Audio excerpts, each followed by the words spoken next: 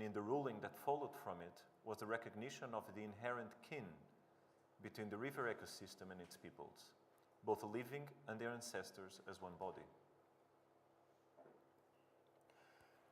This is Cerro Quimal, Mamaki Manchu, an ancestor to local Atacameño peoples, its image reflected over the waters of Salar de Atacama in Chile. It's 2019.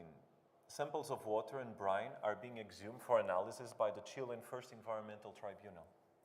These samples are meant to provide evidence regarding the environmental impacts of the underground extraction of brine by Soquiminch, which is a major lithium mining company, following several complaints by local communities. Lithium present in brine is a key component of batteries and immensely valuable to the global energy transition away from oil. It provides green public relations to the same old extractivist practices. In the Atacama today, those that extract lithium present it as a step towards a decarbonized planetary body. And yet to exhume lithium requires the destruction of another body, the body of the salar. Because of this, lithium extraction has led to large-scale protests against the granting of concession rights by neighboring communities. The same is happening across the entire Puna de Atacama, region in the Andean Plateau across Chile, Bolivia, and Argentina, where most of the world's lithium reserves are located. A region whose peoples had so much in common before the breakdown into different colonial nations. If in the resistance to violence, new types of political bodies sometimes come into being, in this case, it is ancestral bodies that come back into visibility.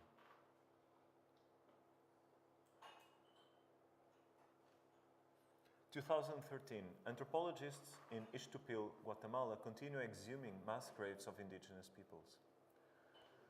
The graves belong to Ichil Maya, killed by the Guatemalan government under the dictatorship, particularly in the period of Rios Montt. An estimated 200,000 people were killed during the scorched earth counterinsurgency campaigns that characterized his presidency. In here, exhumations had to be performed in coordination with local Maya peoples, as there were important rituals to observe in order to care for the dead. For Maya, proper burial is a matter of reproductive justice. Death does not mean absence of life. The deceased family member becomes an ancestor with whom the bereaved may remain in contact. We could also say that the ancestors are the true owners of the land. This was the reason why disempowering the dead was and is so important to the implementation of extractivist modes of production. And I would add, this is a particular case where dreams of the dead made their way into forensic reports as testimony, which is incredibly beautiful. At the core of the forensic report, you have the dead persons who communicated with the living, with their kin through dreams, and that dream entered as testimony. This is very, very important and very beautiful. The colonial model of coexistence, predicated upon the rigid distinctions between life and death, living and non-living, clashed, not only in Guatemala, but across most of the world, actually, with extended reproductive structures whereby the ancestors are co-present with the living, and where to care for the dead is to care for the environment. In other words, colonialism clashed with a radically different and non-extractive form of environmental architectures, if you can even use the word architecture in such a kind way. 2017, exhumation of bodies and soil of sacred indigenous land in the Oro Bajo village in Colombia so as to give way to the Ituango hydroelectric project. 2018, exhumation of 350 bodies from the cemetery of the indigenous community of Azacualpa in Honduras to clear the way for gold mining. 2019, exhumation of Chief Emira Wayapi, an indigenous community leader who opposed gold mining in the Wayapi territories. His death comes after the first invasion of Wayapi land in decades and after Bolsonaro's repeated threats to allow mining on protected indigenous reserves. There are too many bodies. Some of these have been exhumed, some remain underground. The bodies of disappeared detainees from Chile, Argentina, Brazil, El Salvador, Guatemala, or Peru that are still to be found. The bodies of farmers killed by forestry and agribusiness, such as Berta Cáceres and Chico Mendes. The bodies of all those others who continue to lose their lives today at the forefront of environmental resistance, and the millions of indigenous people's bodies murdered over the last 500 years. The black bodies of slaves who died in the Atlantic Passage. The bodies of workers and slaves killed inside the devilish mines and plantations of settler colonies. The bodies of animal spirits, of world-bearing tortoises, of beer-drinking jaguars. The bodies of bees and of wasps, and the billions of other insects eradicated in the name of monocultures.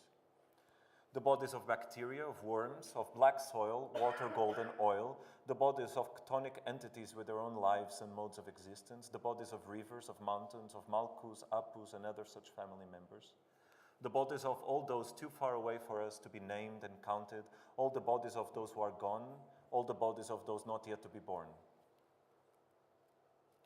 In a way, to exhume is to harness that immense power that comes with the revelation of what lies below.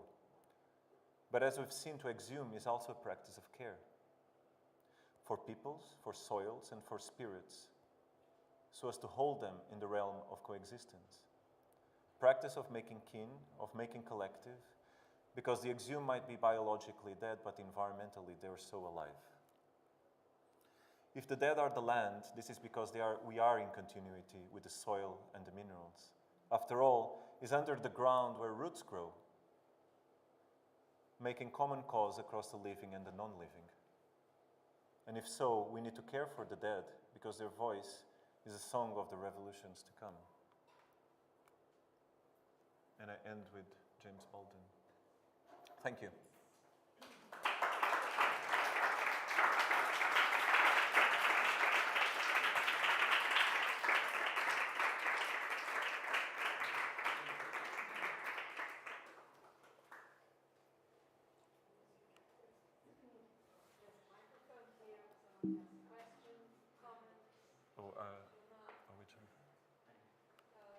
Are we jumping straight or? Okay, I didn't understand that. Sorry.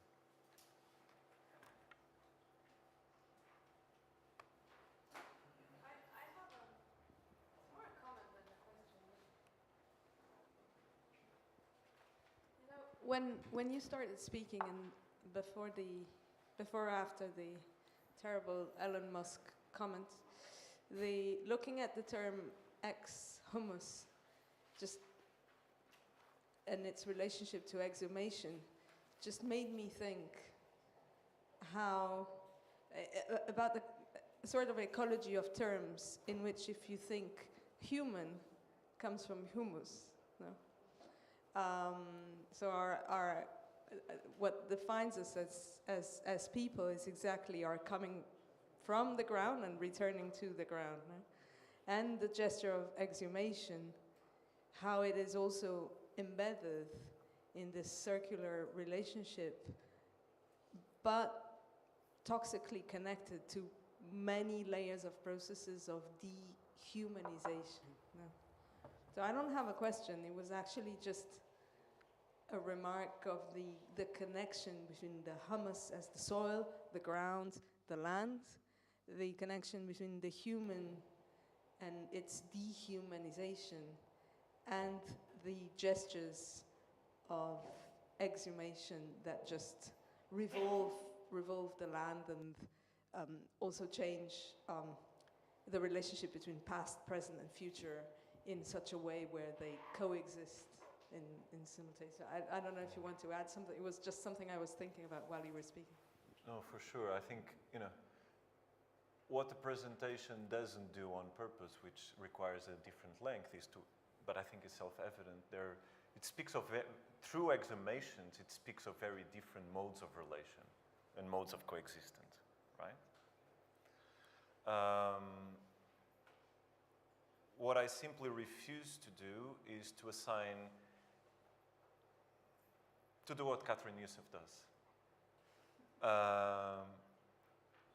To reduce the process to allow the extractive violence to be described as a critique without tracing how through such immense violence, sometimes incredibly caring politics constitute themselves and weave themselves through. The collective that's reinforced through the exhumation of a loved one is surely not on purpose, and yet is surely powerful. And I think your point about the X and the homos and etc., which, again, it's a title, but I think it could have many different compositions, because we can think of the X without the E of the other human, as we see in Octavia Butler's Xenogenesis, right? And we can think, and for me, in thinking through this, I see both beautiful moments that speak of a reinvention, of a reclaiming in different directions with different temporalities. In a few cases, a reclaiming of a different idea of what human is, regardless of its post or pre and whatever, is simply, no, human is many different things, not just this European, Western, universal human, right? Of the bearer of human rights. But also an othering, in another way of in other processes that approach it in terms of othering that human, or identifying humans in mountains, right? And so what I do is, with this is, and even in the more instrumental cases, actually, in the case, for example, of Chavez and etc., I have immense respect for attempts at binding things together in face of very different political circumstances, for sure, right? Respect doesn't mean agreement. And so I think the question of the X and the homos around, it vibrates around questions that have to do with the types of political friendships, of political communities of which you participate as a collective body.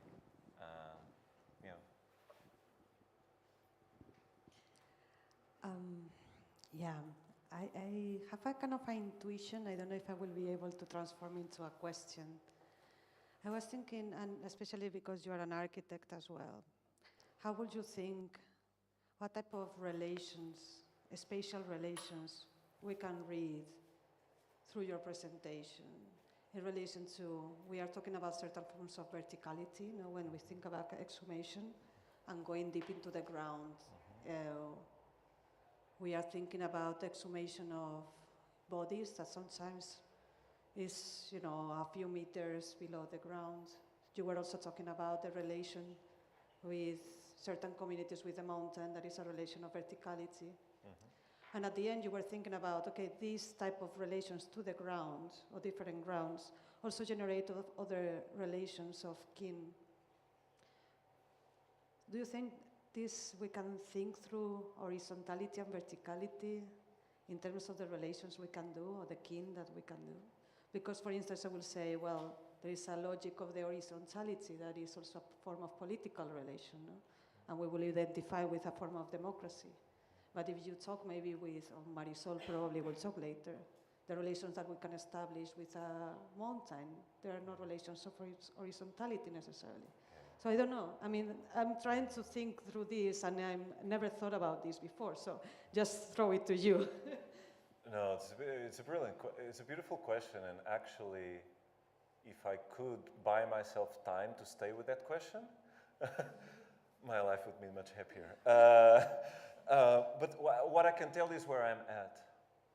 Of course, I start all of this through architecture, because I'm an architect, and even though maybe most of the architects don't really believe that what I do is about architecture, there's a little book called Cyclonopedia by Reza Negrestani with a simple quote, very useful: you cannot do architecture without performing exhumations. And it's a very Heideggerian kind of comment about the relationship to the ground. Now, so in terms of these kind of visual spatial diagrams, there's a few things that I'll throw. I'll throw that one, architecture pre-exists human in the way that I find it interesting. If you look at the mountain and its hydrological operation, much more than that, but anyway, just in those very simple terms, it doesn't need to human to be architectural, and that's the architecture that I'm interested in. And so when you come as an architect, how do you compose with it more than how you plonk some crap on top of it? Which speaks to both the problematic relationship between what we can call ground versus ground underground. There's a big difference. There's a tension between the word ground or soil and underground, or the tension between the word humus and underground, above ground. So in one way, often what that passage between above and below speaks of is of a continuity in which that distinction is not important. And yet, that distinction is performatively powerful. And so there's, I don't know if you understand what I mean. So it's not a matter of the underground and the above ground that is really useful to describe the psychotic paranoid mode of resource extraction, right? I see something above an index. I have a paranoid suspicion that there must be something underground, right? A nugget of gold is an entire ore body. So it's a paranoid relation. You see more. A few years ago, there's this project by DARPA that they wanted to visualize the entire 5 kilometers down of the entire globe, right? The entire thing 3D visualized, just to make sure we do it well, right? So no more Gaza tunnels underneath Gaza and Egypt, no more Bin Laden in the cave, no more oil underground, all of it fully controlled, yeah? So take it with a pinch of salt. They would, they pitch these things, right? It's not that they fully believe what they're saying anyway, but the paranoid logic is there for sure. And in which the capitalism is essentially a collective death drive in which you compete for steering. How far? What's your position in the death drive, right? And it captures it all. It brings you in, right? Come in, come in. You don't want? Come in, nonetheless. And so we can think about it sometimes in terms of below ground, underground, in that logic of the relationship between surface and depth, between horizontal and vertical property, for sure is very useful, that way of thinking. But when Chavez is exhuming oil, it's not that anymore, right? And it's very different, surely. I'm not saying they're the same, it's a completely different planet. When you speak to those in the underground, as naturally as you should, because they coexist you.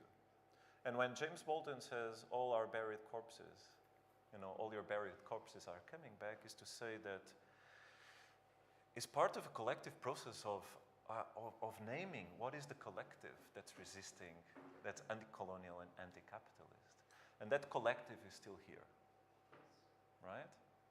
And so, and in there, the above ground, below ground is slightly less relevant. What you think is other types of compositions in which the verticality exists, but dimensionality not in a kind of Cartesian way, yeah? So you can have verticality, but you don't need to bind the verticality to a three-dimensionality, in which you can use the vertical to measure against the other vertical as you do in stratigraphy, thumper truck, core, 3D of the underground. That's a very, very different sense of verticality than a verticality that has to do with whatever symbolic relationships, for example. So even in verticality, we can, in the history of geometry, in the history of thinking it architecturally different as well. I don't know, I can keep on going. I don't have a tight answer, I just have a few approaches. So there is, for sure, a lot of geometry and a lot of, architectural thinking, but as I said in the morning, a triangle can both be an abstract thing that's impacted, or can be symbolic vibrational machine that's not simply a measured triangle, but it's a qualitative triangle.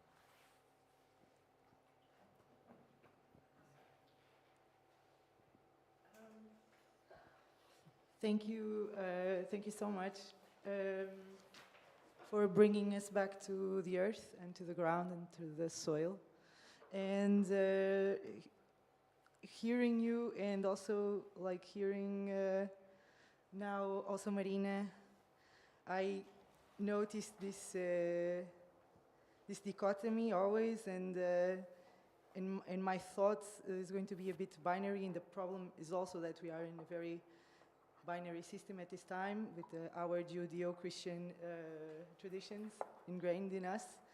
But listening to you, I was thinking that, and I just want a comment from you, probably, this is a comment.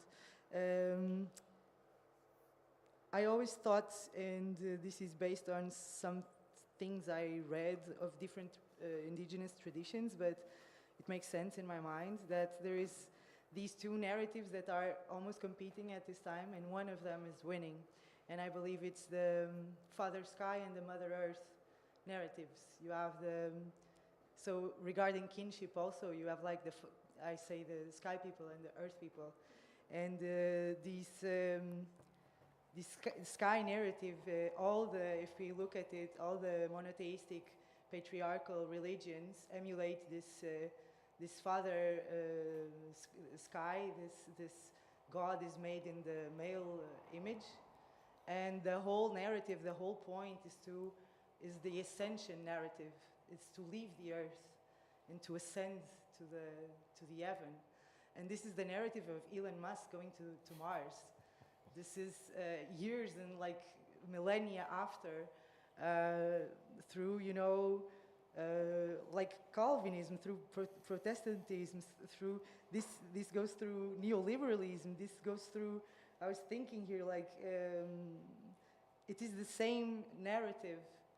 And then you have the contrary, I would say the earth people or the mother people, or the mother narrative or the earth narrative, which is chthonic, but it was always demonized. And in many ways, like, the body is always subject to the mind, once again. This principle of vertical or horizontal, these bodies that supposedly are more animal-like, the othering, as you said, the women's bodies, racialized bodies, they are bestialized.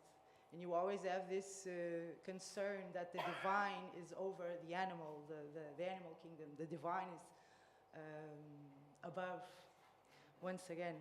So how do we, as William Blake would put it, how do we make this marriage of heaven and hell? Because how do we do this kinship? How do we make peace, actually, with the father people, with the sky people? Because their narrative is actually winning, and they won't stop until the earth is gone and partially we are in Mars, because I don't believe the racialized and the poor people will go on this new adventure that they are dreaming.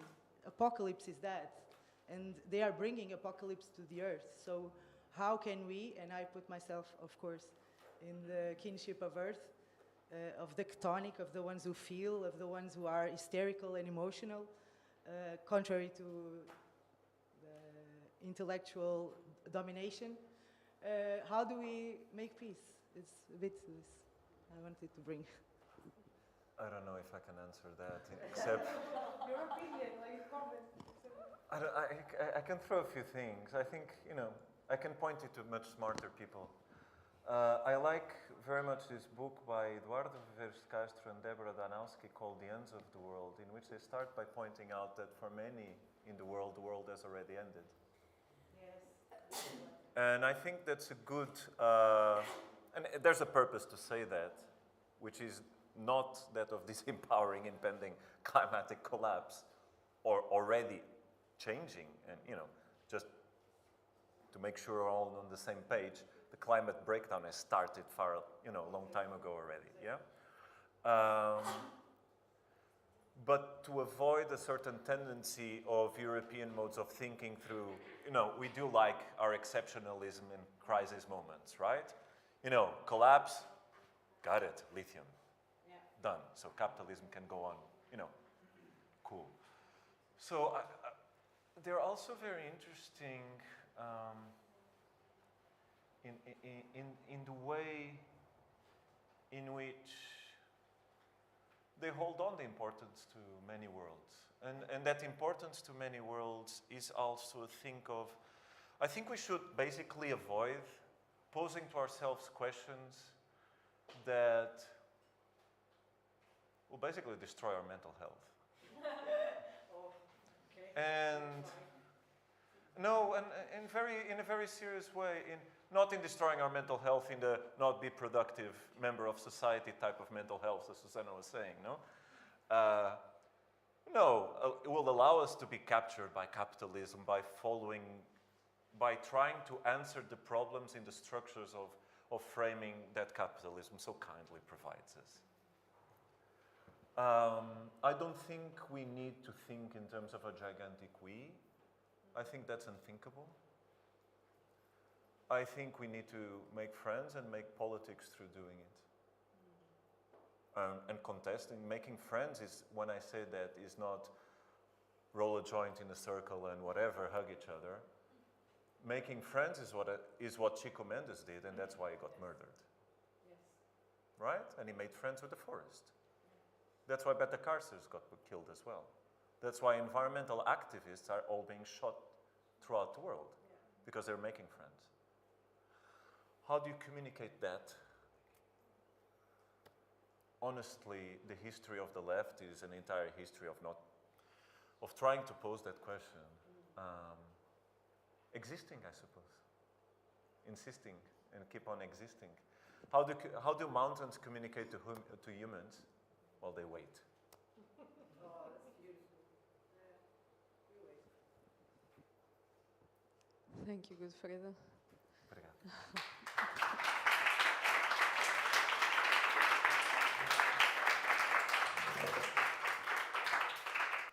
It's a very moving way to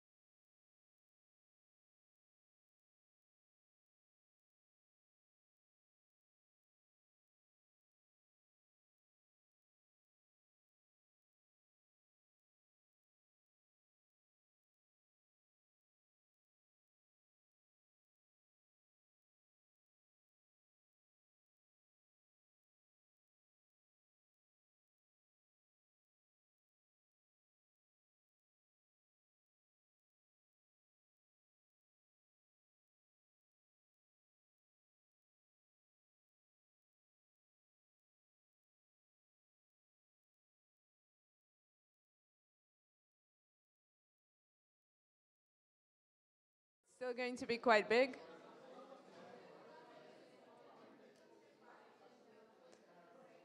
Maybe if I start singing, everyone everyone runs away.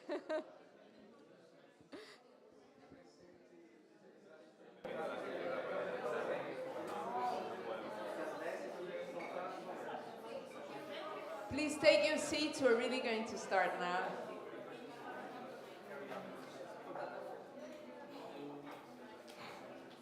Thank you.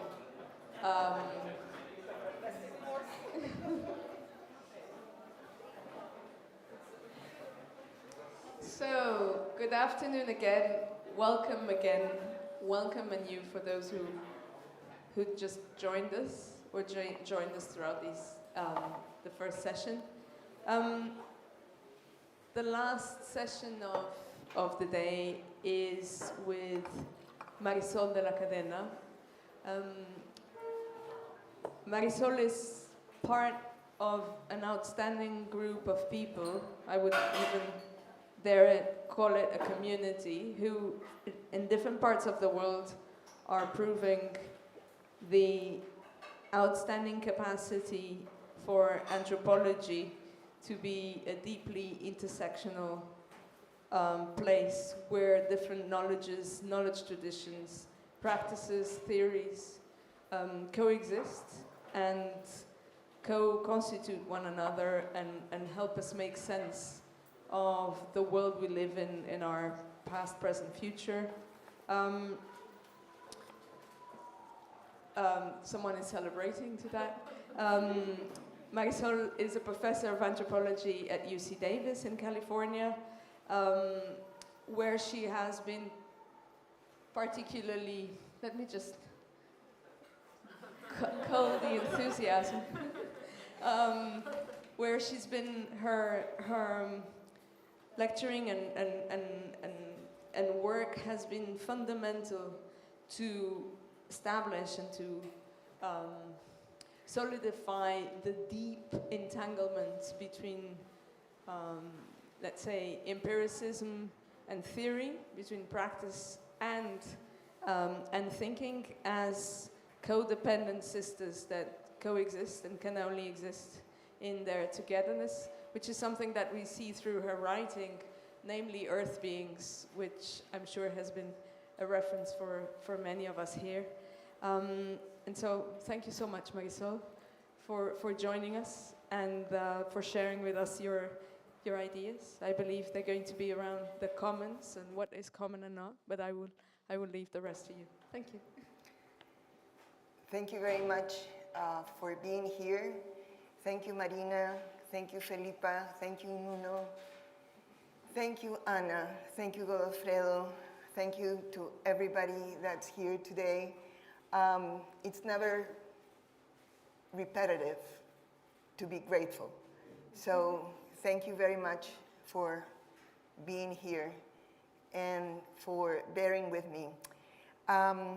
I am following the tradition inaugurated since Sunday that I came here. When I heard I switched my presentation, I didn't know what I was going to do, and I thought I was going to do something, and then I'm going to do something else. Up until Godofredo talked, I said, no, I know what I'm going to do. I'm going to do this one. And when Godofredo started talking, I thought, no, I'm going to do the other one.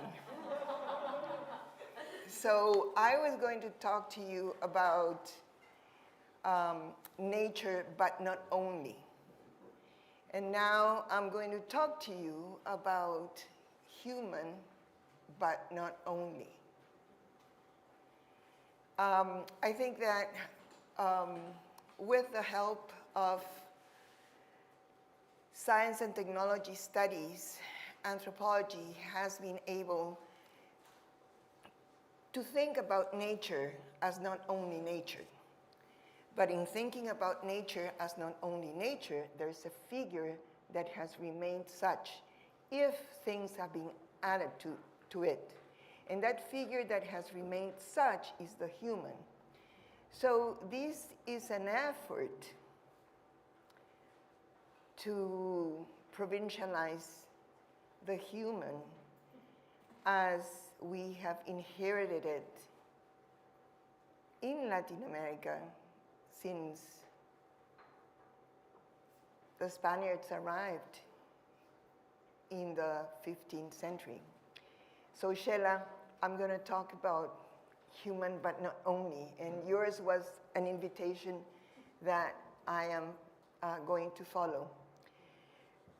Runakuna, the word that you see there, is the Quechua word for people in English and gente in Spanish. Runakuna is usually translated as human, but the word human is not in Quechua, the indigenous language of the Andes.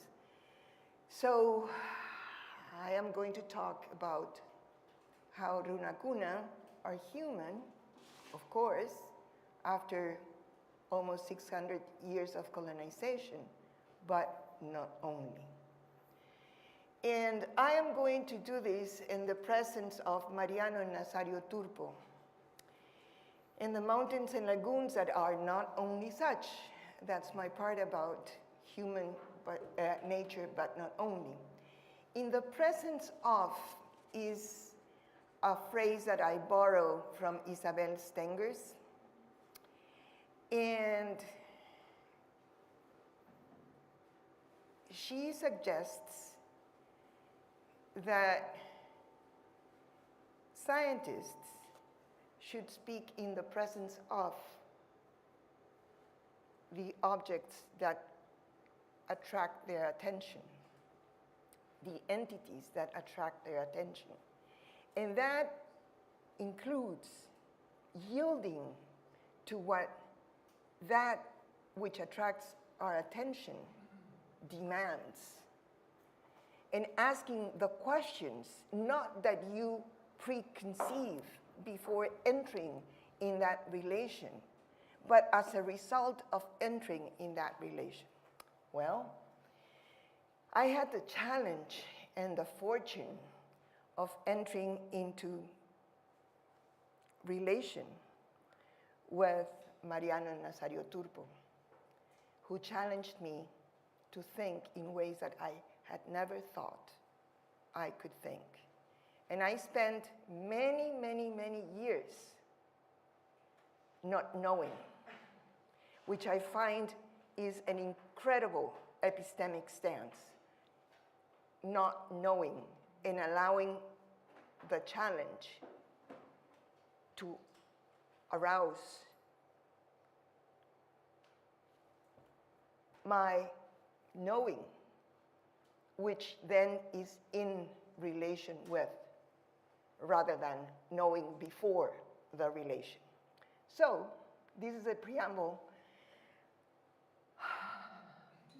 to talk about something that still gives me the chills, Shella. Human, but not only. So, I'll start with the anecdote, and then I'm going to read. I once told a customs agent who was quizzing me about the purpose of my presence in the UK that I was there to talk about mountains that are not only such. A bit taken aback, but also trying to show he understood, he asked, "Sacred mountains?" I responded cryptically, "That too, but again, not only such." He smirked, sealed my passport, and I left giggling silently. An inconspicuous, if frequent phrase, I learned to use not only as ethnographic conceptual tool in conversation with Mariano and Nazario Turpo. They would insist that what to me was, for example, a mountain, was not only that. Coming to terms with what was not only what to me was, in addition to taking time, required working at a permanent interface, a mutually inhabited relation, where the Turpo's worldly practices and mine were both seemingly alike and at the same time different. And what emerged at the interface, rather than the entity or practice in question, was the awareness of our concepts and ways, the turpos and mine, always exceeding each other as they also overlapped. Relationally, mutually other, and not only, relentlessly so. In what follows, I will offer you the explanation that I left that customs agent without, and although I go into the 16th century momentarily and in speculative mode, I promise to connect it back with the ethnographic moment when I thought sacred mountains, but not only. So on to the 16th century. It is impossible to take from them that this superstition, because the destruction of these huacas would require more force than that of all the people of Peru in order to move these stones and hills. This quote by Cristóbal de Albornoz in 1584 belongs to the process I'm calling the Anthroponocene. A condition of possibility for the Anthropocene, I conceptualize the Anthroponocene as a world-making process by which heterogeneous worlds that did not make themselves through the division between humans and non-humans, nor necessarily conceived as such the different entities in their assemblages, both were obliged into that distinction and exceeded it. The Anthroponocene was the process of destruction of these worlds and the impossibility of such destruction. It includes the practices and practitioners of the will that granted itself the power to eradicate all that disobeyed the mandates to be human, as modernity in its early and late versions sanctioned, and the disobedient practitioners of collectives composed with entities recalcitrant to classification as either human and non-human. Initial obvious makers of the Anthropocene, of the Anthroponocene, were people like Cristóbal de Albornoz, a friar well known after his activities to extirpate idolatries, one of the practices from which the New World emerged as inhabited by redeemable humans and nature, all God creations. Earth beings is my translation for huacas, the entities de Albornoz wanted to destroy. I met them as tiracuna. The word is composed of the Spanish tierra and its Quechua pluralization, cuna.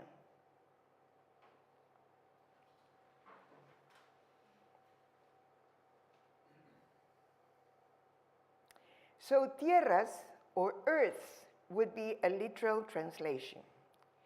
Intriguingly, de Albornoz translated huacas as stones and hills and identified their enormousness as the cause of the difficulty to eradicate what he considered a relationship of false beliefs. The extirpator's surprise and anxiety did not end with the enormity of the idols, for he also found out that people, runacuna, while different from huacas, what the Albornoz called hills and stones, were also in continuity with them and could even become one. I want us to take this surprise into consideration. For the possibility of becoming huaca, translated by colonial friars and contemporary scholars as becoming rock, speaks of the divergence between Spanish humans and Andean people, or runacuna, in spite of their also apparent similarity. The bodies were alike, yet the substance was not.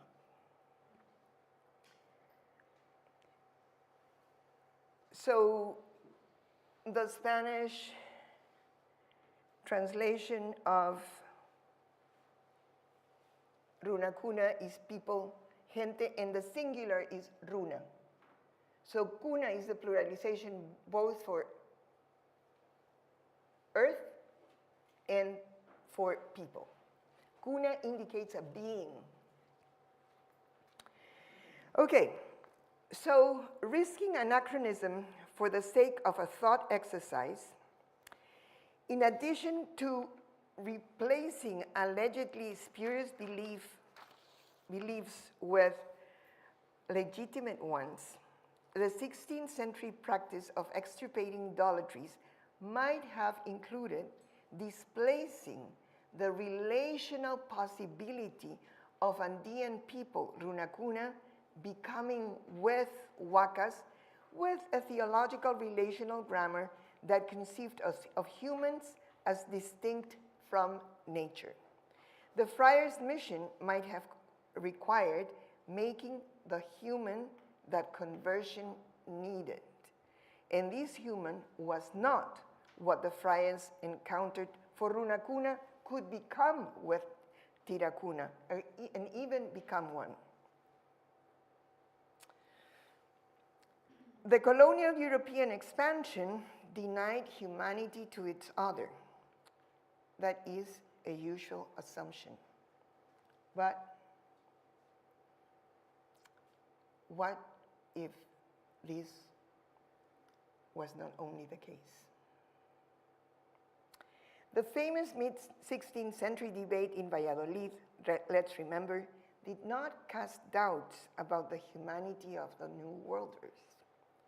The discussion was about the kind of humans Indians were and the kind of treatment that would be best suited to Spanish moral and economic interest as they converted them to Christianity. Neither of the two most prominent contenders, Sepúlveda or Las Casas, doubted Indians had souls. Rather, it was their having souls that made them potential prey of the devil. Defeating the danger required the eradication of the Indians' idolatrous practices, including, of course, their becoming Huaca. In what can be a retrospective insight of what I have just said, and as he wraps up the order of things, Foucault writes, quote, taking a relatively short chronological sample within a restricted geographical area, European culture since the 16th century, one can be certain that man is a recent invention within it, end of quote. Agreeing and expanding Foucault's Europe to its recently conquered territories, my proposal is that in the Andes, the emergence of man might have implied a colonial imposition, not the denial of Christian humanity on Runakuna, that entailed extirpating not the idols alone, but with them the forms of personhood that could be continuous with Huacas. Disobedient persons, or humans whose continuity with stones was enabled by the devil, were persecuted and condemned to jail, death, and hell. The practice, not surprisingly, coincided with a critical period of persecution of witches and werewolves in Europe, perhaps also Christian human-making practices. Befuddling the friars, the Andeans' disobedience, Runakuna with Tirakuna, continued, if also changing historically. Today, 500 years after Cristóbal de Albornoz, earth beings confront new eradicators. Today, 500 years after Cristóbal de Albornoz, earth beings confront new eradicators. Mining corporations, agents of the Anthropocene, translate Tirakuna as mountains and a source of minerals and therefore wealth. Unlike their colonial counterparts, they have the power to remove mountains.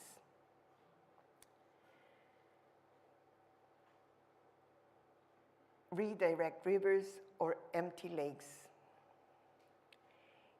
In earlier work, I explained that protesting these extractive practices, earth beings have broken into the public political sphere, the political scene as, quote, I'm quoting myself, contentious objects whose mode of presentation is not homogeneous with the ordinary mode of existence of the objects thereby identified. End of my quote. Earth beings as actors in the public sphere shock the onto-epistemic limits of politics. A scandalous presence, they need to be trivialized, mocked at. I stay faithful to what I said then. However, I would also like to stand the being contentious to the runakuna with whom tirakuna are made public. They, runakuna, are also not homogeneous with the ordinary mode of existence attributed to humans. They are contentious to it.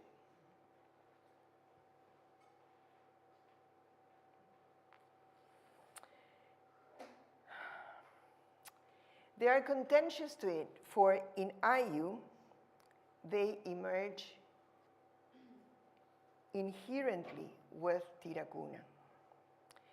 The Andean ethnographic record is replete with references to Ayu, defined as the collective possession of land by a group of humans linked by kinship bonds. Obeying the grammar of conversion, Ayu here has three distinct actors: humans, land, and the relationship between them. I say that Ayu is this institution and not only. Thinking with disobedient grammars, Ayu is also a relation through which runakuna with tirakuna take place. That is, they become in time and space as a complex entity, a more than one, less than many composition, inherent to which is the relation that enables this. I'm going to stop here to explain these because it's a little bit complex. So, Ayu, in the Andean ethnographic record, the one that I was trained with as a Peruvian anthropologist, which I still am, although nationality is not something that I care about, but I was also trained in Peru. According to this Andean ethnographic record, Ayu is land, a group of people, kindred, joined by a relation.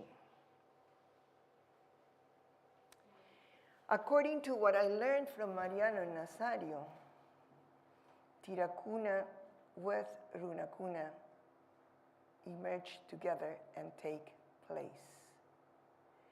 Take place works perfectly well in English. Take place, they occupy and emerge. They take place, they happen in time and space, placing.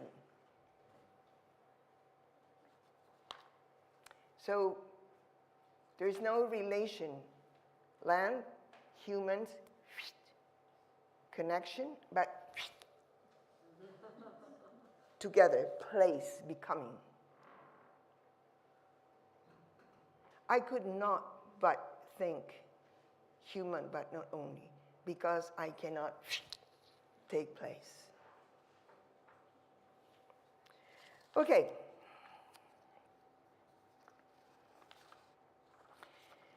As Donna Haraway says, it is important what relations that think entities.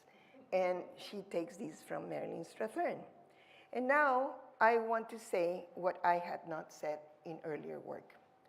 Runakuna are contentious because as they become with earth beings, in the public political sphere, they are human and not only. Being inherently with earth beings, when they appear in politics, their composition is not only that of humans representing mountains. Contentiously, they make present the disobedience Christianity declared could not be the anthroponaut scene, the human with that which the person, so-called human, could not be. I firmly believe, this is a quote by Donna Haraway, I firmly believe that we have never been human, let alone man. This is the phrase in the introduction to the Haraway Reader. It is also the title of the first section of When Species Meet, one of her famous books. Others have discussed similar ideas. For example, 10 years ago, Dorian Sagan, Lynn Margulis's son, delivered a talk at the AAA with the title, The Human is More Than Human. My title for this talk, Runa, Human But Not Only, is fellow traveler of those ideas. It bears similarities with Haraway's and Sagan's titles, yet my purpose is also other. For example, the human that Sagan's work evokes is, like in the usual ethnographic definition of Ayu, that one that can be relationally separated from or brought together with the non-humans that he also evokes. Runakuna and Tirakuna are not only these human and non-human. And a caveat to avoid misunderstandings. I'm not saying that Sagan is wrong. My purpose is not to correct his statement. Rather, it is to contrast and genealogically connect the more than human or the non-human of Sagan and Haraway's title with their excess. The disobedient Tirakuna with Runakuna, whose joint personhood is enabled in a way that genealogy and biology, respectively, do not exhaust. I first thought human but not only when requested to write a comment to How Forests Think, Eduardo Con's inspiring book. A passage in that book slowed down my usual understandings of human and non-human. It read, Runa, and that's the name of the people with whom he worked, understand human and non-human sociality as one and the same thing. Understand human and non-human sociality as one and the same thing. Confirming my need to slow down was the condition whereby a Runa, a person that we call human, could be with jaguar. The phrase is pumayo. The Quechua suffix "u" indicates with, and vice versa, because jaguars are also persons.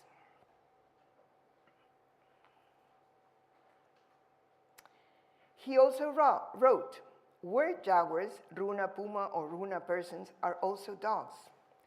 And he called all these conditions trans-species pitchings, with which I agree, but not only. I insist because I repeat, it matters what concepts think concepts, and when worlds meet, species may open up to partial connections with entities whose relational becoming is not only as species, at least not in their biological version, no matter how complex it may be.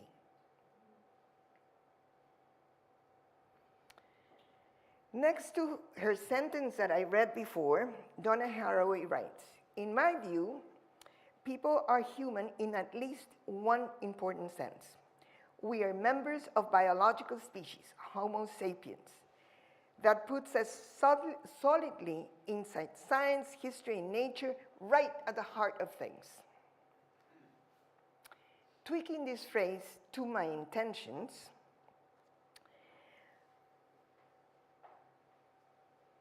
I may also open up that phrase to excesses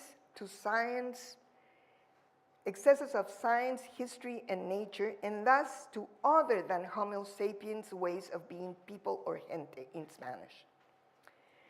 the indistinction between human and non-human sociality that Kant pointed up to, suggested in that it was suggested to him by Pumayo. So my first thing was, if human and non-human sociality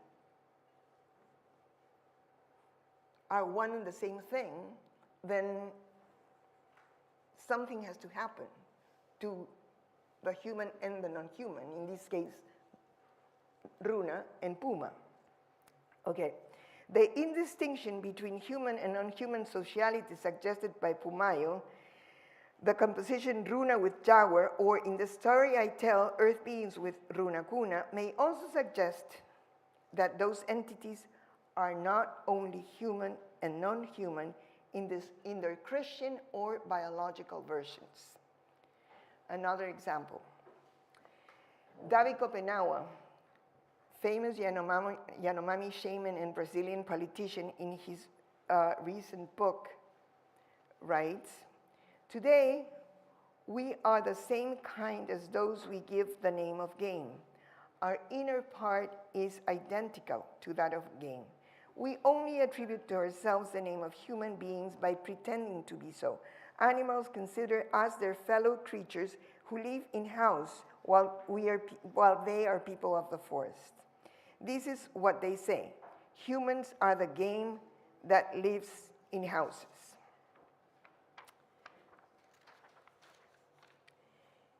These are neither isolated examples nor restricted to the Andes or Amazonia.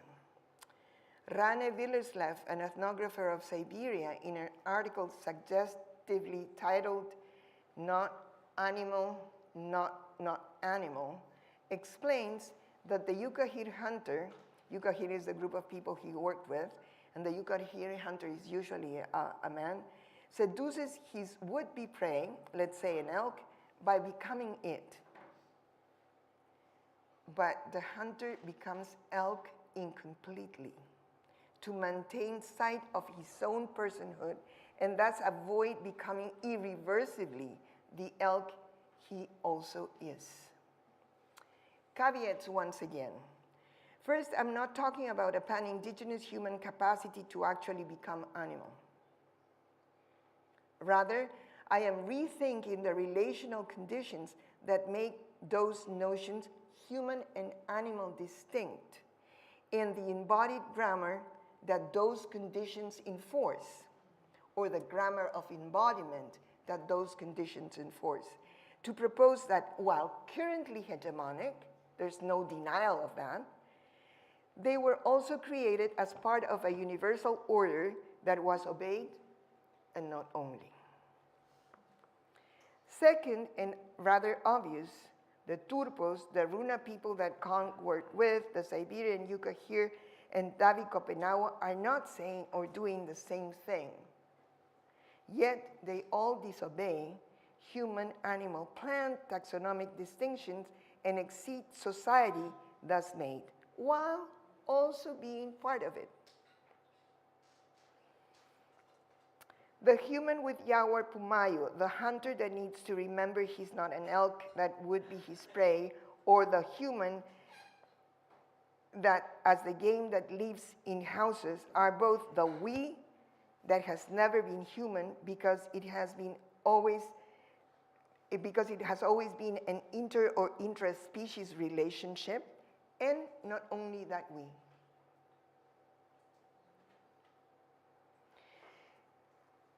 So I'm going to repeat that last phrase because everything is very complicated here.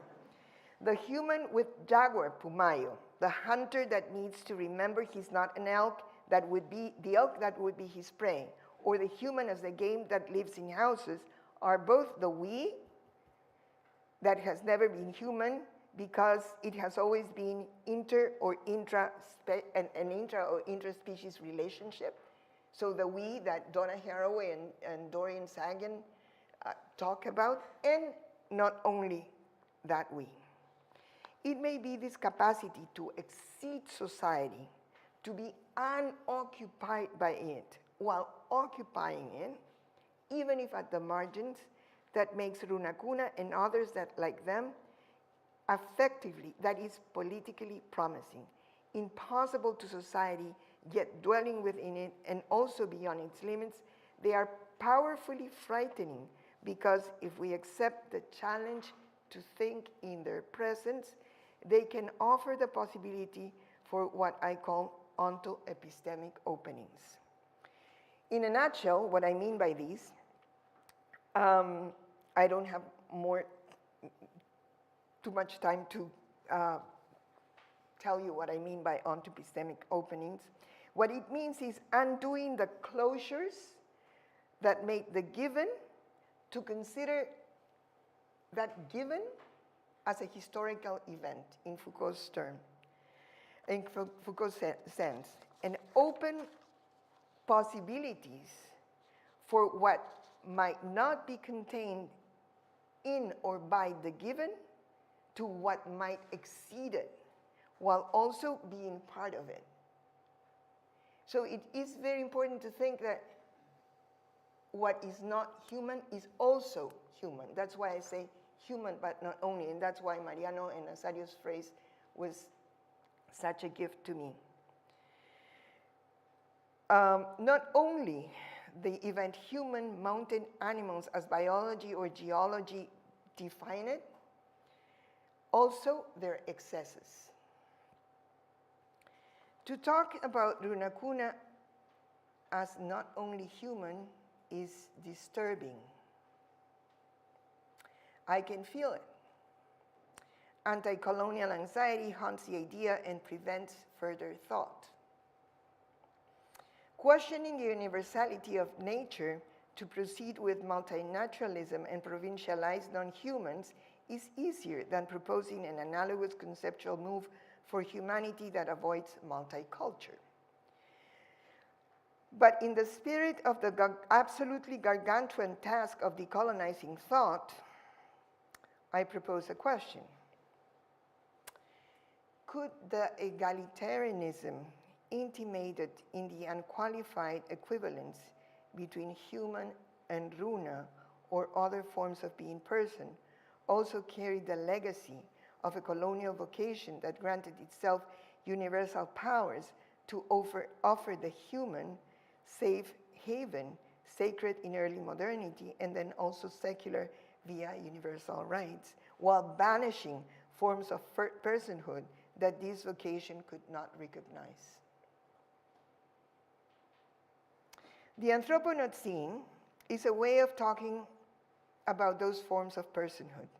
Not the invisible subaltern human, but the disobedient compound person.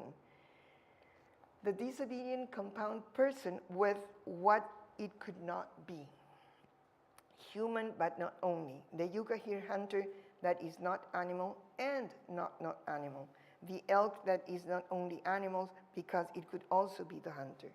The anthroponaut scene is a neologism that uses the opportunity of extractivist neoliberalism and the presence it has generated in Andean politics of unrecognizable beings to provincialize the human and to uncommon nature, while also reckoning with a history that makes both human and nature globally hegemonic. Not only, and also the anthroponaut scene and uncommoning nature or the uncommons, are fellow travelers of what Merlin Strathern called negativities, the mode of analysis she used to take into consideration the absence, in Hagen, her Melanesian fieldwork side, of certain categories, and then use such categorical absence to affect her own analysis by, quote, creating, I'm quoting her, creating contrasts within our own language, and that's the end of quote. She uses negativities to create contrasts with our own language. Absences, she says, create spaces that our analysis lacks and can be used to, in her words, stop ourselves thinking about the world in certain ways.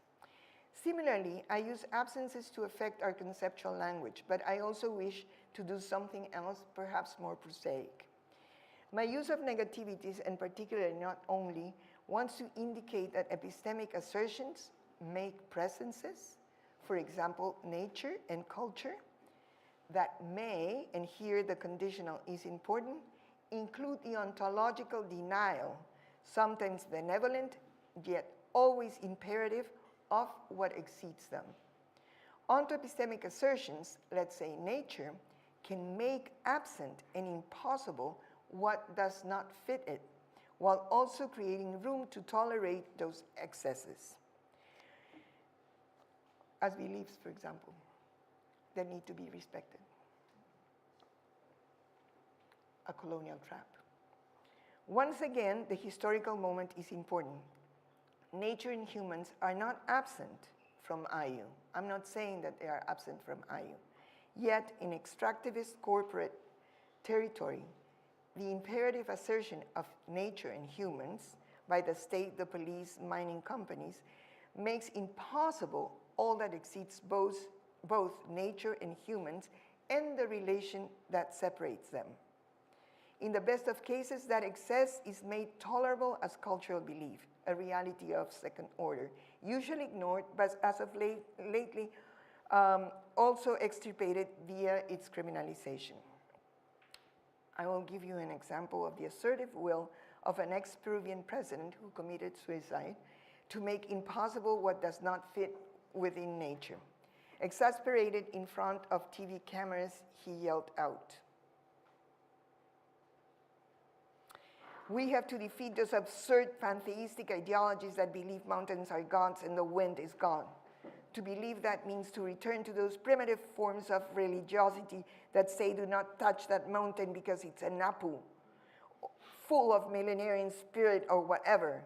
Okay, if we get there, we'd rather not do anything, not even mining." That was Alan Garcia in 2011. While speaking modern idioms that separate the sacred and the secular, the ex-president's words have uncanny resonance with the 16th century extirpation of idolatries that the Albornoz practiced. A difference that the colonial friar might be jealous of is that extractivist corporations can actually remove the object of superstition. Another difference, and this one the Albornoz might have not liked, is that current extirpators have non-indigenous opponents. Alan Garcia's infamous remarks prompted disagreement from leading leftist politicians who accused the then president of racism and religious intolerance and defended the right of indigenous peoples to their spiritual beliefs. Yet, when these politicians joined the defense of what they called indigenous sacred mountains, the Runakuna living in the surroundings of the endangered earth beings vacillated to consider their relations with Tirakuna as religion.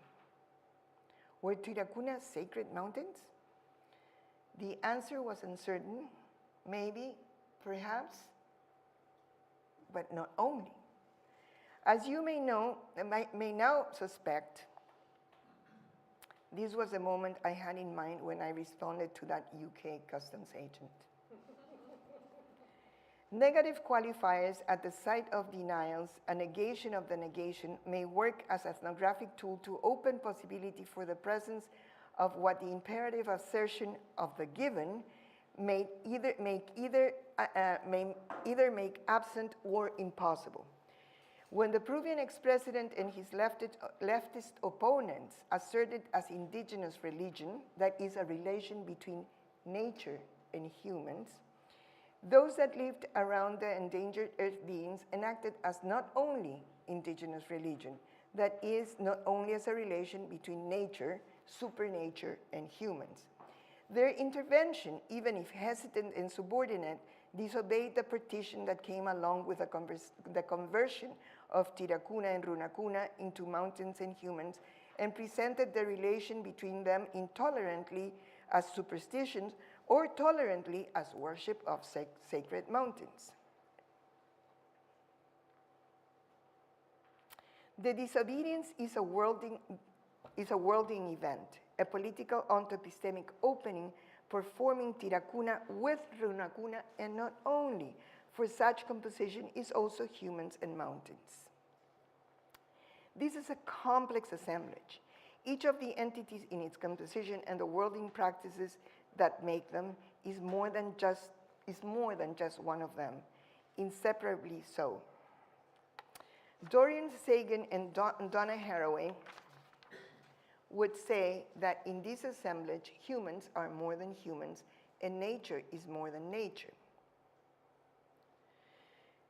And Mariano and Nazario would add, not only. Included in the assemblage are Tirakuna with Runakuna. Another caveat. Earth beings, or their translation into sacred mountains, are not a requirement for the emergence of disobedient political relational processes where humans are not only such.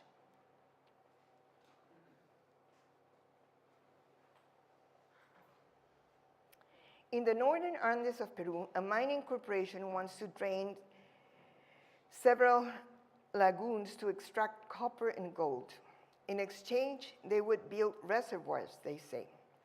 Organized as guardians of the lagoons, local people defy the mine's intentions. Many have died in the process. Yet, I have not heard of the presence of earth beings. Nevertheless, a relation of becoming with place may help think a situation that has been explained away as mere stubbornness.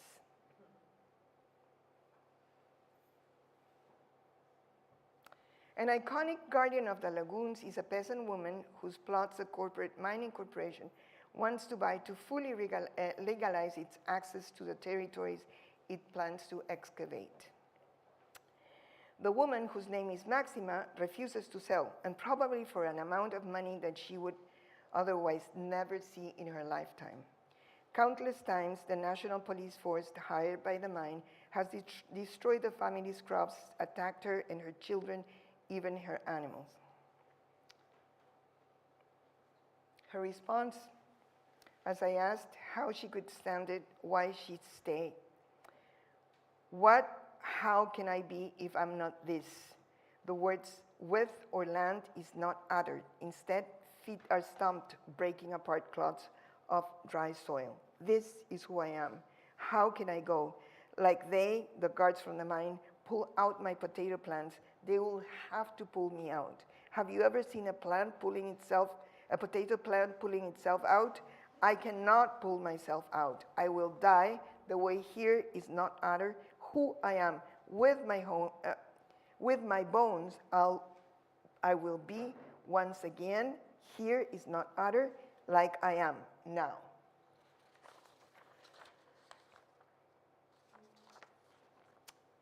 Through the lens of modern politics, this woman has been portrayed as an environmentalist and as an enemy or an ally, depending on who speaks. Both detractors and supporters use what I have been calling the grammar of conversion, albeit secularized. They separate Maxima, the human, from land, natural resource, and then link both through a relation, property or possession, legal or illegal. However, the refusal to sell may include another relation, one from where human, land, lagoon, or plants, rocks, soils, animals, lagoons, humans, cracks, canals, become inherently together, an entanglement of entities needy of each other in such a way that pulled apart they would become something else. Conceived through this relation, the refusal to sell may also imply the refusal of the grammar that conceives entities as individual bodies, units of nature or the environment, which these entities are not when part of each other. There are no earth beings in Maxima's refusal. Nevertheless, like earth beings with Runakuna, her impossible separation from place also enacts what I have called uncommon nature, an assemblage of entities intra-becoming with each other and refracting individuation in such a way that translating them into units would require the use of force, literally so. Uncommon nature simultaneously coincides with, differs from, and exceeds the object of the state, the mining corporation, and what environmentalists translate into resources, exploitable or to be defended. Thus, Maxima, she stays because staying she is. The redundancy reveals the relation where both place and Maxima emerge from, one where she is not subject of the land, which is not her object. Her response exceeds the logic of profit and gain, certainly, and also that of the environment and its defense. If she is an environmentalist, and I think she is, she's not only such. When Maxima explains her being with the land in impossible detachment, their being together through with crops, rain, soil, animals, entities that make are the relation, this explanation, I propose, exceeds the limit of the concept of property, where she nevertheless meets the mind in confrontation. Of course, her words can be heard through a habitual subject and object grammar, but her silences, which I filled with words in brackets in the previous slide, also suggest that there is not only one grammar to her refusal to sell the land the mind wants. As a tool to perform onto-epistemic openings, not only suggests that entities or even the order of things may also be other than what they also are. It is not only is not a formula that helps adding to a list, rather, not only opens room for presences that could challenge what we know, the ways we know it, and even suggest our impossibility of knowing without such impossibility canceling those presences, because not only allows entities to both fall into and exceed each other, like the sacred mountain and earth beings whose overlaps and intra-excesses make me think. Allowing for complex incommensurability, not only and the other negativities and commons the anthroponaut scene, inhabit the a-plural vocation of Sauterne's partial connections, the more than one but less than many. Yet not only, like Haraway's cyborg, also works to indicate that a relation can be an entity. Not only the coming together of two distinct entities, human and mountain, or Maxima and her land, also an entity that is not without the relation that makes it. Maxima as an intra-relational becoming with what exceeds nature and human because they become together. The guardians of the lagoon, or Ayu as uncommon nature, because it includes humans, which thus are not only such, a monstrous emergence that challenges usual categories and opens life to possibilities beyond those categories while also remaining within them. Imploding taxonomies and also being with them, relentlessly so. That's the end.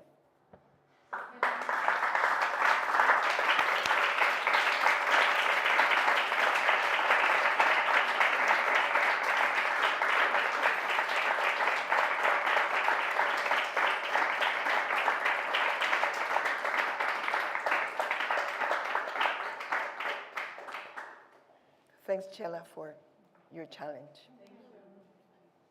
Thank you. And for your challenge, too, Godofredo.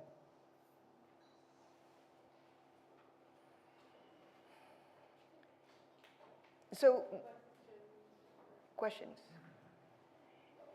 And while you think your questions, I can also tell you what I think I'm doing. What I think I'm doing is thinking relentlessly. I think that the Anthropocene should mark the end of a conceptual era, the end of an episteme. And it's our duty to create thought. And I don't even dare say create a new episteme, because that would be a continuation of the previous. So create thought. And thought that's feeling, yes. And my ambition is to make this into a short, speculative book, a short one. So this is work in progress, and I'm sort of stuck. So I want input. Godofredo. Marisol, well, thank you so much. It touched, I imagine, a lot of hearts listening to your presentation. I want to ask about music because you know that I teach this thing called environmental architecture, which I won't say no, but it has this problematic relationship, the word, with limits, right? The environment as the surround, the environment as the Umwelt, that limits the end of the environment, right? Of that which is brought inside. But in a way, anthropology and authors inspired through anthropology and simply some attention to modes of living always bring forward a certain musicality in environmental relations that are not only such. Exactly. That put into question that little line that binds them. When you speak of that assemblage, I wonder if musicality asks us to think of it as an assemblage, but in the sense of an assembling, in the sense of a constant movement. And so, when we look at this, at the image, I'm wondering how has music entered, and how is a certain rhythm and repetition in a cyclical sense, but in other ways potentially. Yeah, how has music entered your thinking of the not only? I think I'm not going to answer through music, but I'm going to answer through rhythm. Rhythm and place. A rhythm that, again, going back to Mariano and Nazario, the not only was relentlessly there, and it had a movement. It had a composition, and the composition was among us. I call our work a co-labor, not a collaboration, but a co-labor in which we created a complex we, in which we exceeded each other and yet were at the same time together. And that complex we had always a rhythm, and had always a rhythm that composed itself differently. So from music, perhaps I will insert the notion of composition. It's composing ourselves in movement, and obviously with words, and obviously with silences, rhythms of silences in excess that were not misunderstandings, but simply not understanding. And they laughed at me enormously. Just like you laughed at what I was saying, or with what I was saying when I repeated not only, that was our dynamic. Like I would say, this, not only. Or you won't get it. No, you won't get it. No matter how I say it, you won't get it. I remember once when I asked Nazario, what is pucara? And he said, pucara is pucara. And I said, but what is it? And I said, no matter how I explain it, what you write in your notebook is not going to be pucara. That was part also of the non-representational possibility of pucara. What I would write about pucara would be a definition of pucara, which is not pucara. So pucara is pucara, and what you write is what you write. So composition, composing relentlessly together and without knowing. That was the biggest challenge for me as an academic. And that's why I said that being an academic is, yes, I draw from my three witches, Strathern, Haraway, and Stengers. And I draw from my three witches and Mariano and Nazario constantly together, composing a conversation that allows me to think. And maybe there should be a musicality to thought that allows you to create rather than to be constrained by what can be said and what cannot be said. And I feel that I was challenged today because I didn't want to read this paper. I wanted to read a safer one.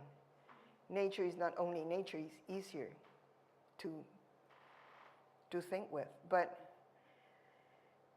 there was a challenge and I responded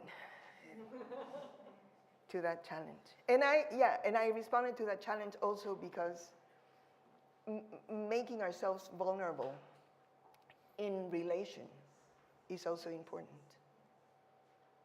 So when I say saying human but not only causes trepidation, right? It causes trepidation because, I mean, we have learned, and it's also true, that the colonial imposition of humanity denied humanity to those that it imposed humanity. But what we say is the second part, denied humanity. But I think, and it's only a proposal, that the friars imposed humanity. They needed the human with a soul to save. It was part of the expansion of the colonial endeavor. Just as they needed to create humans separated from nature, and that we have done, they also needed to create the human, the body that had a soul, and they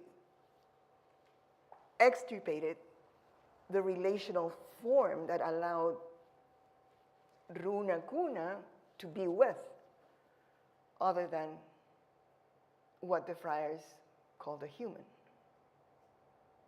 To be person in a different way. So being person is just a way of being human. Being human is just a way of being person, is what I wanted to say. And actually, it was no coincidence that witches were burned at this same moment and during the same 2 centuries.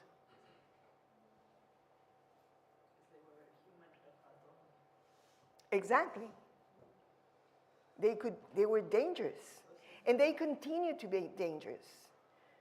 Imagine if you, this is also, it has a very limited, in this form, it has a limited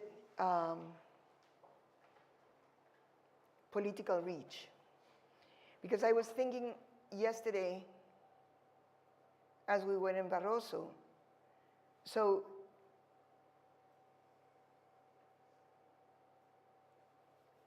how do I think this? How do I think this being with? And then Maxima is an example, Maxima Acuña. Everybody has sold but her. As I was in Barroso yesterday, everybody has sold but her. And she doesn't leave. $500,000. And she hasn't left. So, of course, there's a lot of things that are said about her. She's waiting, like Aida and Nelson told us yesterday. She may be waiting for the price to get higher. Or she's paid by leftist politicians. She's stubborn and stupid. So the challenge to think with Maxima beyond the usual, that's a challenge that I think the Anthropocene offers us. It's a gift. but actually it's a gift of the Anthroponocene, because it's the Anthroponocene that challenges us to think.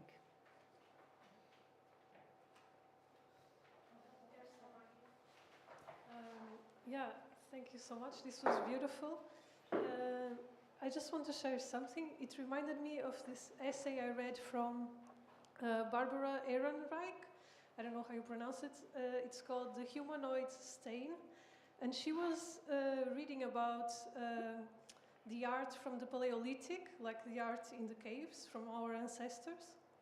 I noticed that they were painting in very much detail the animals which they were seeing, hunting, or sometimes being prey from.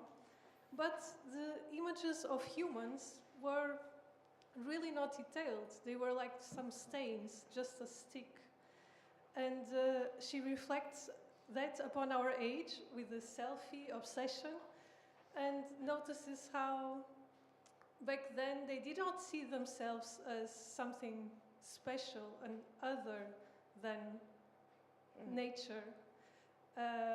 In fact, they were probably they knew they were prey for other animals they could be.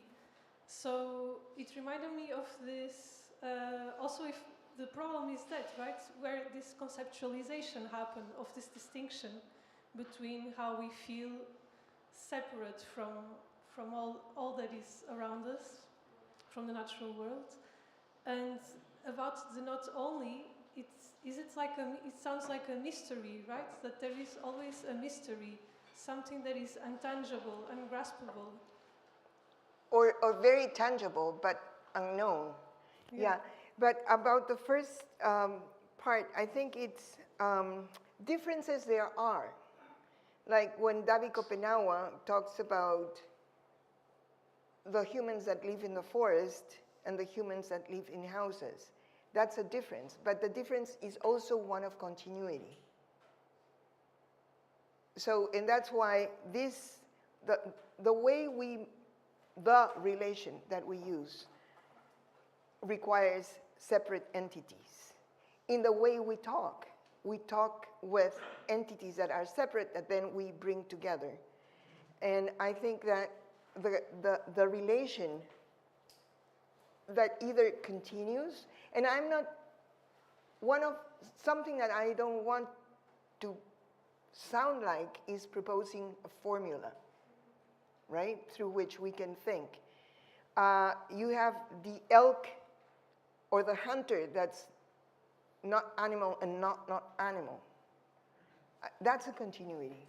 But it's a different continuity from the continuity that David Kopenawa and humans that live in forests are or become through. And that's a totally different continuity than the one that makes Runakuna with Tirakuna take place. So continuities are different, and the challenge is to think relationally differently, to think relations differently, and to be able to think relations as entities, rather than thinking entities, and then relation. I think that what I'm trying to do now is to start from the relation to think what is, and to think how it is, and to think then how things are. How things are in the sense of how they emerge.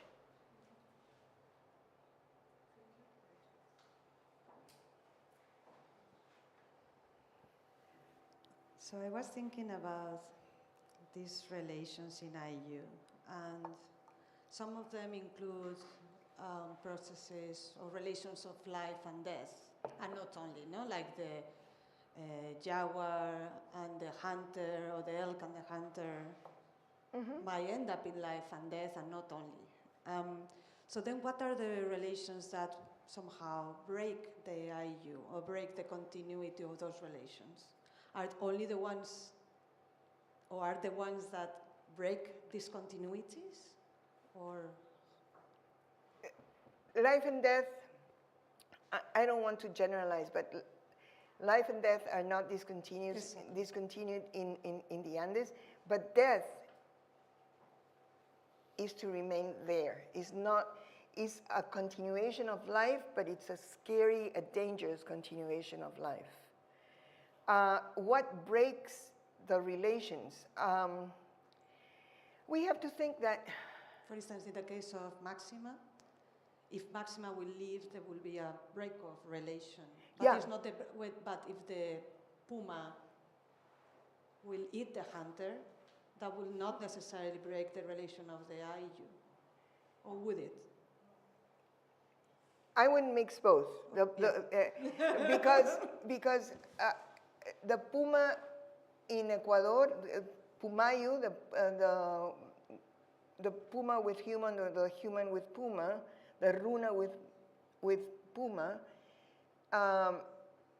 is specific to the composition in the forest.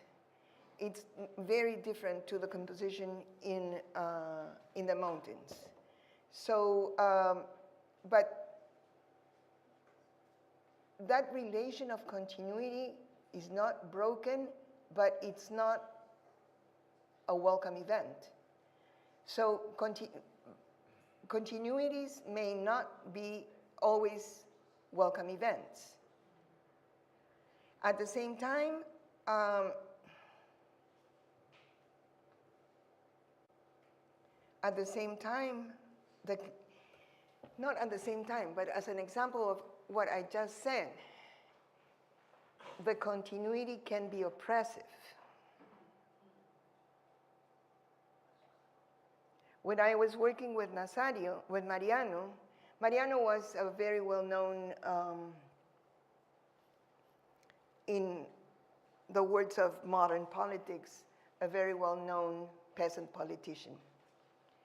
And he was, he confronted the landlords with enormous boldness. But he did so this is not to idealize anything. He did so because he had been chosen by the IU, which meant by entities taking place to be such. So he could not leave. And although it was oppressive, so we have to think in different categories. Although it was oppressive, he could not have done otherwise.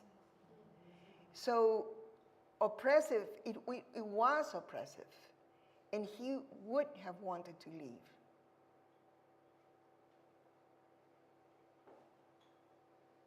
But he didn't, and he could have.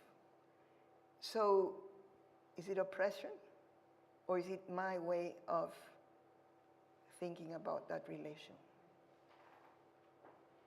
But this is to say that, and I'm saying oppression, for us to think that this is not a harmonious realm.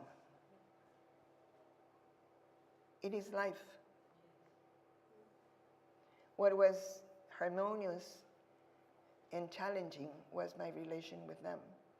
They mentored me in ways that nobody else had. And now it's very difficult to think without them, even when I'm thinking with cows.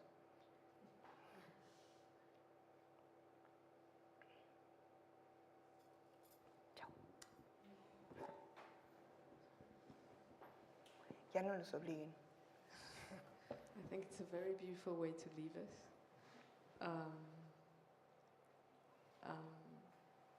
and take us somewhere else, and open the door to your current research also on cows. I still remember the amazing conversation we had on cow sex a while ago. And I'll tell you about something about yesterday with Ida.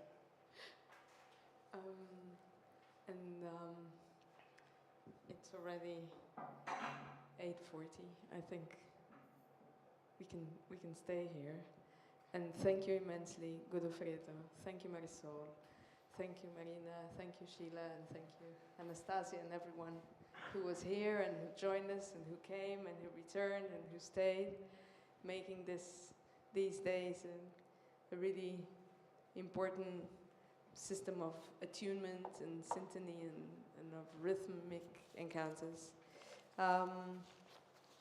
This will be continued in a publication that will emerge in the months to come. And to stay attuned and connected with us. There will be, the group will again return to its more intimate configuration tomorrow morning for a final session of that will allow everyone to depart with these general discussions.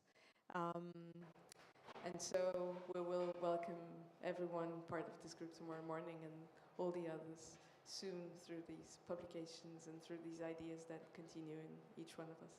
Thank you so much.